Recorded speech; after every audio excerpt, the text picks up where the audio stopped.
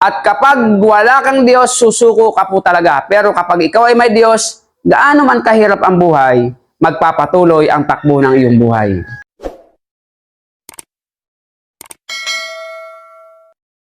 Magandang umaga po sa inyong lahat at lalo't higit po ay sa ating Panginoon. So tayo pong muli ay mag-aaral po ng salita ng ating Diyos. So ang ating po pag-aaralan, ang sabi dito ay ililigtas po tayo ng ating Panginoon.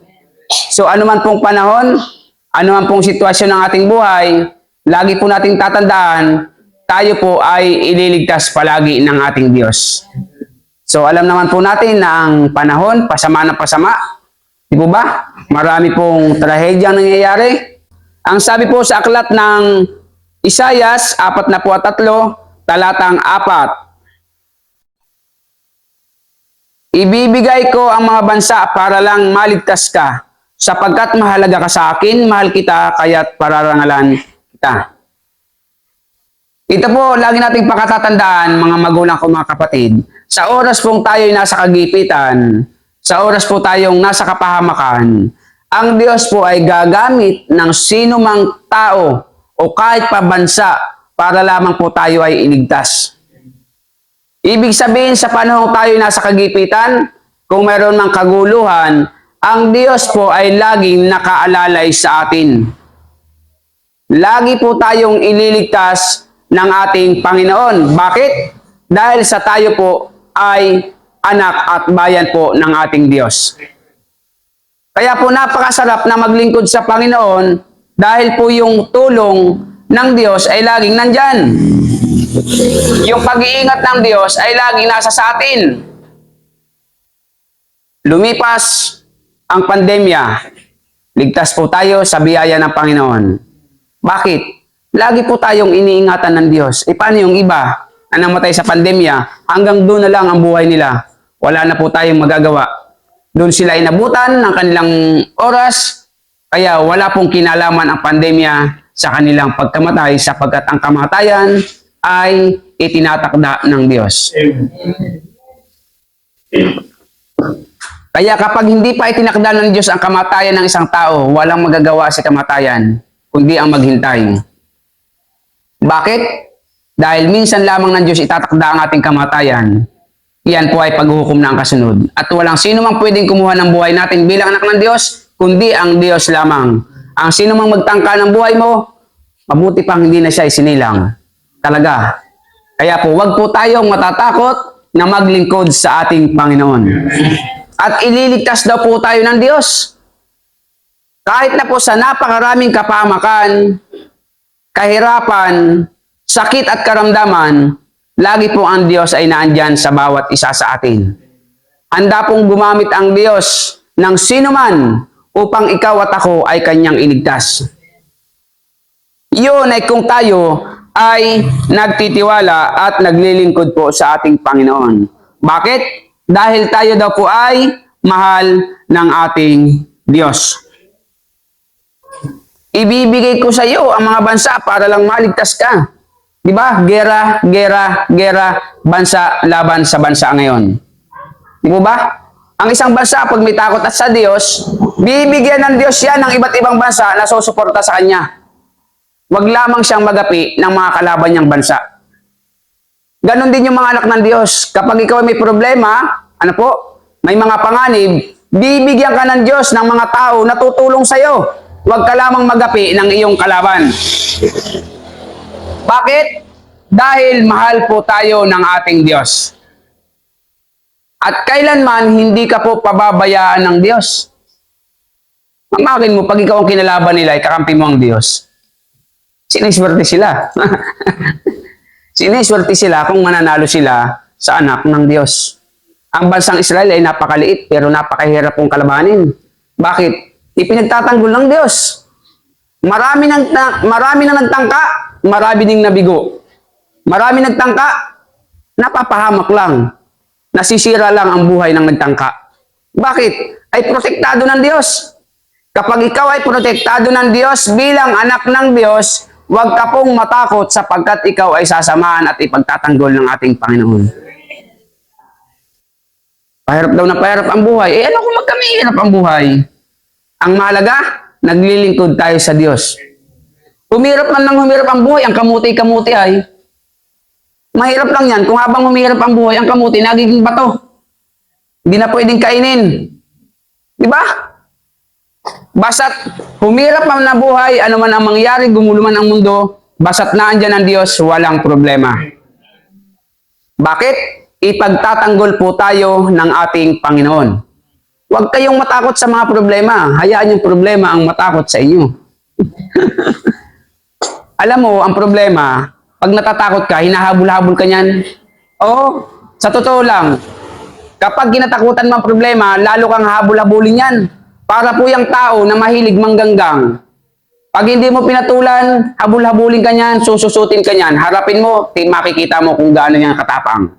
Ganon po ang mga anak ng Diyos. Hindi dapat tayo natatakot sa mga problema, sa mga pagsubok, sa mga kahirapan, sa mga sakit. Natural na magkasakit kasi tumatanda na. At tayo nasa katawan lupa. Ano po? Ang mahalaga, naglilingkod tayo sa Diyos. Ano man ang mangyari, naglilingkod tayo sa Diyos, uuwi tayo sa piling ng Panginoon. Ang mahirap lang at ang masama, dahil sa problema, umayaw ka na sa Diyos. Kapag ikaw ay umayaw sa paglilingkod sa Diyos, dahil po sa problema, wala ka pong kakampin na gantimpala. At ang matindi pa niyan, kapag umayaw ka sa Diyos, mawawala sa iyo ang proteksyon ng Diyos. Pagsasamantalahan ka ni Satanas. Yan ang mangyayari po dyan. Kaya bilang mga anak ng Diyos, huwag po tayong aayaw sa paglilingkod sa Panginoon kahit po sang katutak na ang problema. Dahil ang problema, may Diyos at wala, may problema. Sige po, pag umalis kayo sa Panginoon, wala na kayo problema. Pag umalis ka sa Diyos, magiging problema ka ng iyong pamilya. Yan ang totoo niyan. Bakit? Dahil wala ng proteksyon sa iyo ang Diyos. Pero kapag ikaw ay naglilingkod sa Panginoon, magiging pagpapala ka sa iyong pamilya. Dahil ang Diyos na pinaglilingkuran mo ay Diyos ng pagpapala. Kaya wala pong aayaw sa paglilingkod sa Panginoon. Tignan mo, dahil daw po sa mahal tayo ng Diyos, pararangalan tayo ng Diyos. Paano ang ibig sabihin ko? Sa dami ng problema, nagtatagumpay ka, di ba kat karangalan yan? Makikita ng mga tao, bakit kaya itong tao ito eh? Kitang-kita mo naman ang problema. Hindi may tatago sa ating lugar, napakaraming problema. Pero bakit nakakangiti pa? Di ba? Di ba bakit malakas pa? Bakit masaya pa? Bakit? Dahil ikaw ay pararangalan ng ating Diyos. At kapag ikaw ay naglilingkod sa Panginoon, talaga pong ikaw ay iingatan at bibigyan ang karangalan ng ating Panginoon. Iba pag nabanggit ang pangalan mo. Ang taong may karangalan, pag binanggit ang pangalan, alam na. Di ba? Oh. Ang isang tao, makikilala mo kung sino. Pag binanggit mo ang kanyang pangalan sa isang taong may kapangyarihan. Pag yan ay kilala, may karangalan yan. Pag hindi kilala, ordinaryong tao lamang po yan. Okay? So sa 5, huwag kang matakot sapagkat ako'y kasama mo. Ang sabi ng Diyos, huwag kang matakot. Ibig sabihin, walang duwag na anak ng Diyos. Malinaw po ha? Hindi ko maibig sabihin magwawala kayo dyan. At labas ang matapang. Ano po? Labas ang matapang. Ay, hindi po yun matapang. Iyon po ay galasin. Oo. Kasi ang matapang, hindi po naghahamon yan. Sa totoo lang. Pero yung naghahamon naman sa kalsada, hindi po yun matapang. Yan ang katotohanan. Okay? So, ang sabi ng Panginoon, huwag ka daw pong matakot sapagkat siya ay kasama mo.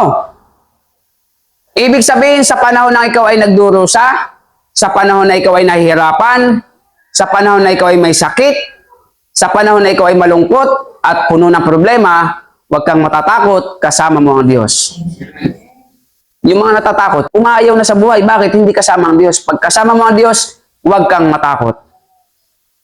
Kaya ang mga anak ng Diyos, matatapang talaga. Tambakan mo ng problema. Alay, kayang-kaya? Bakit? Kasama ang Diyos eh. Pero kung wala ang Diyos, wala na. Tandaan po natin. Hindi tatagal ang isang tao sa mga problema kapag walang kasamang Diyos. At kapag wala kang Diyos, susuko ka po talaga. Pero kapag ikaw ay may Diyos, gaano man kahirap ang buhay, magpapatuloy ang takbo ng iyong buhay. Mararating mo ang iyong tungkulin. Ang mararating mo ang iyong hangganan. Ibig sabihin, matatapos mo ang iyong gampanin sa mundong ito kapag kasama mo ang Diyos. O, di kahit anong sitwasyon ng ating buhay, huwag kang mag-alala, kasama naman pala natin ang Diyos. Ibig sabihin ba, kahit ako'y punong-puno ng problema, kasama ko ang Diyos? Siyempre, ang sabi ng Panginoon ay, bakit? Ano ba ang akala ninyo sa pagsama ng Diyos? Kapag may pera lang? Kapag masaya lang? Kapag malakas lang? Ang Diyos ay lalong sumasama sa taong mahihina. Tandaan niyo po yan. Sumasama ang Diyos sa taong mahihina para mahayag ang kapangyarihan at kadakilaan ng Diyos. Kapag ikay malakas at naglalakas-lakasan, hindi ka sasamahan ng Diyos. Bakit? Hindi kasi makikita ng tao na ang Diyos ang may gawa ng iyong tagumpay. Pag yung feeling mo napakagaling mo at napakalakas mo at napakatalino mo, hindi ka po talaga sasamahan ng Diyos. Bakit? Kasi ang karangalan ay sa'yo. Pero sa panahon ikay nakadapa na at walang-wala na, walang-wala ka ng maasahan matakbuhan, diyan po ang Diyos sasama para ang Diyos ay maparangalan sa ating buhay. Kaya nga sabi ni Apostol Pablo, nahahayag ang kadakilaan ng Diyos sa panahong siya ay mahina. O di ba? Tawag tayo ng tawag sa Panginoon kapag tayo mahina. At kapag ka malakas at maraming pera, parang nalilimutan ng Diyos. Subukan mo, may isang bugkos ng pera lagi sa pocket money pa lang. Tignan mo kung lagi ka mananalangin.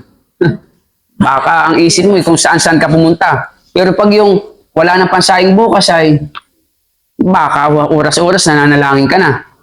Di mo ba? Kaya nahahayag ang kapangyarihan ng Diyos sa panahon tayo mahina. Kaya bago tayo manghina, lagi na tayo magtiwala sa Panginoon. Kaya malakas at mahina, magtiwala tayo sa Diyos sapagkat tayo ay sasamahan po ng ating Diyos.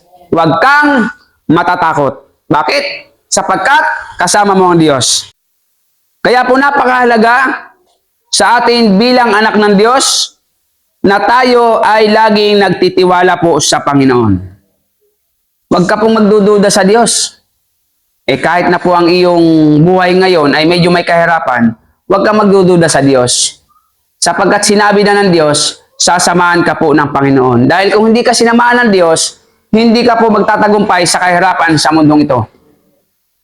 Basta't ang mahalaga, kay mahirap, kay maganda, maginhawa ang buhay, laging magtiwala sa Panginoon.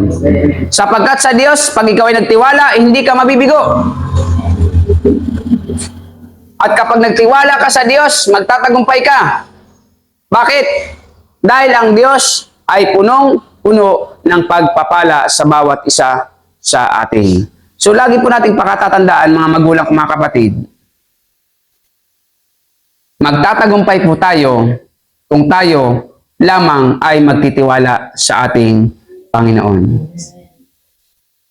Maikli lang ang buhay sa mundong ito.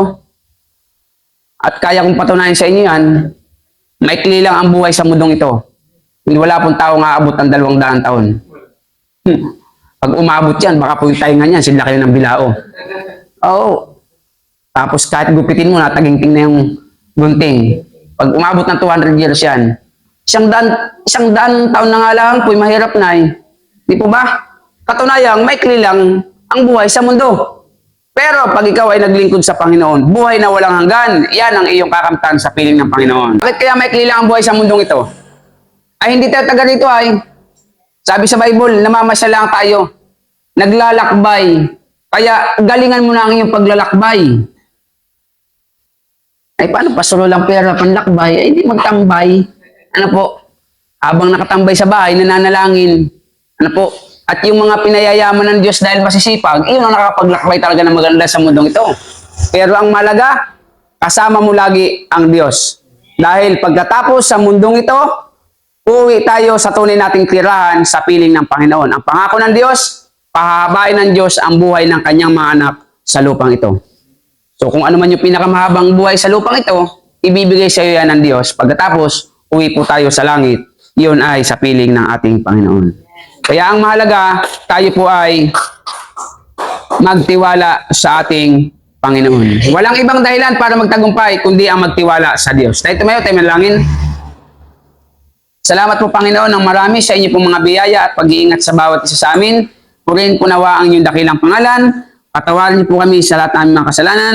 Salamat po sa inyong banal na salita. Nawa ay magsilbing kalakasan, kalusugan ng aming pisikal, lalo tigit o Diyos ng aming espiritual. Magamit po namin sa aming tagumpay sa paglilingkod sa inyo. Ilayo niyo po kami sa anumang sakit at karamdaman, kapamakan, kamatayan gawa ng kaaway, at ang lahat ng aming mahal sa buhay at mga kapatid sa panampalataya na wala dito. Ingatan niyo po sila sa susunod, makasama namin sila sa paglilingkod sa inyo. Kung paano niyo po kami ingatan sa isang linggo nakalipas, mas lalo tigit sa isang linggong aming harapin. Sama-sama muli kami maglilingkod sa inyo sa isang linggong darating. Sa inyo po lahat ng kapurihan sa pangalan ni Jesus. Amen.